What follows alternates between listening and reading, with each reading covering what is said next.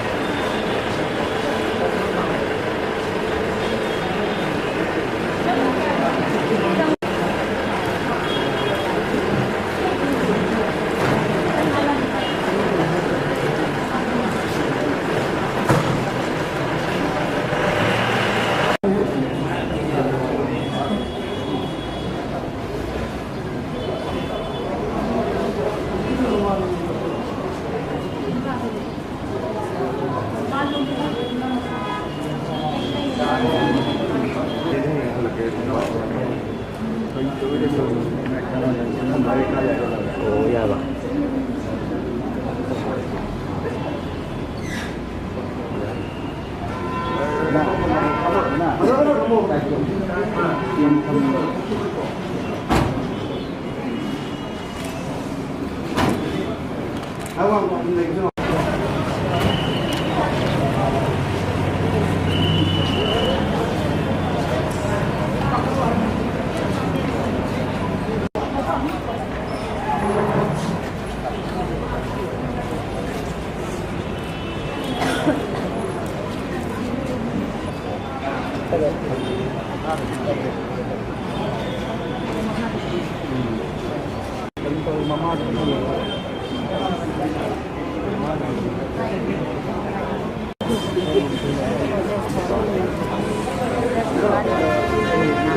Makan di netro.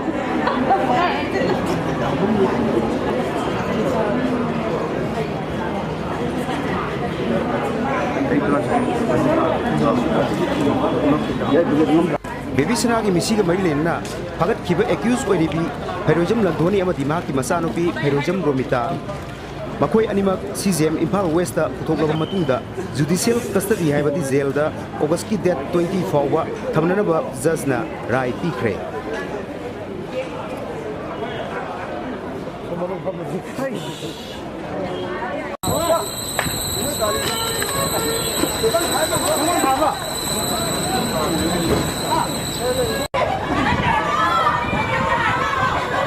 Lasigi hearing asiga mari lenana accused oiribi Romita na bail pibiu haina tharakpa prayer adu